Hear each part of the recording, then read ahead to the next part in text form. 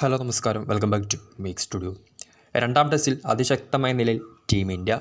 ഇംഗ്ലണ്ടിനോടുള്ള രണ്ടാം ടെസ്റ്റിൻ്റെ രണ്ടാം ദിന മത്സരം അവസാനിക്കുമ്പോൾ അതിശക്തമായ നിലയിൽ ഒന്നാം ഇന്നിങ്സ് അവസാനിപ്പിച്ചിരിക്കുകയാണ് ടീം ഇന്ത്യ.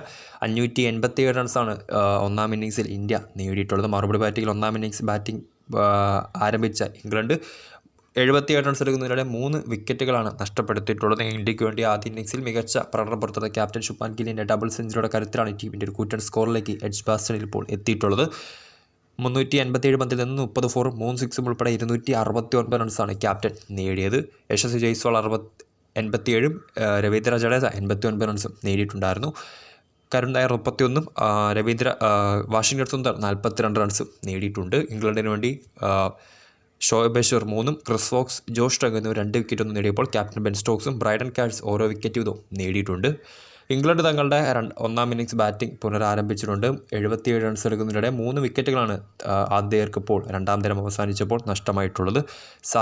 19 റൺസുമായി സാക്രോളിയും റൺസൊന്നും എടുക്കാതെ ബെൻഡക്കറ്റും ഒലിപ്പോവുമാണ് ഇംഗ്ലണ്ടിന് വേണ്ടി പുറത്തായിട്ടുള്ളത്.